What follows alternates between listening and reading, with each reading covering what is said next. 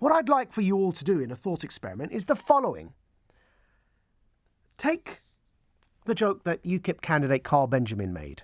Now, he says it was a joke, though admittedly he's not a stand-up comic, about Jess Philips MP. And just as Joe Brand did right there, and you heard it in the audio, Carl Benjamin said he wouldn't rape Jess Philips MP.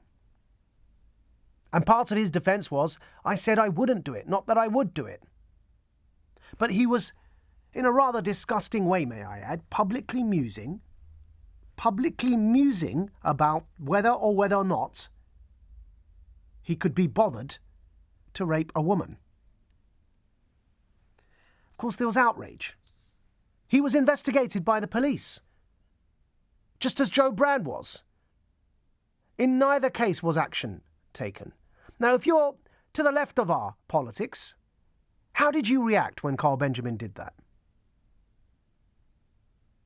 If you're to the right of our politics and you defended Carl Benjamin doing that, how did you react when Joe Brand said what she just said about acid attacks? And let me give you another example as a thought experiment. Take Danny Baker, who is another comedian, unlike Carl Benjamin, and who attempted humour when the royal baby was born.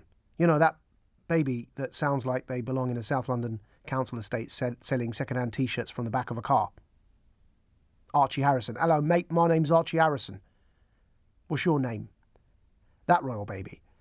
Well, you know, the comedian, Danny Baker, attempted to make a joke about how we all parade royal babies around society as if they're performing monkeys and we don't give them necessarily a private life, and on the relationship in this class-based society that the monarchy has with the rest of us. That was his intent at the attempted joke that he made. Of course, it fell flat and he was sacked from his job. Again, if you're to the left of centre in our politics and further left, how did you react to Danny Baker's attempted joke? And this is now to my point. Compare Joe Brand to Carl Benjamin to Danny Baker and the rank hypocrisy, the tribal-based political posturing, the disingenuity, the full spectrum of how our commentators and pundits respond along emotional lines rather than rational lines is laid out bare for all to see, and the emperor has no clothes. You can't claim freedom of speech when it comes to Joe Brand if you were calling for the police to investigate Carl Benjamin or for Danny Baker to be sacked.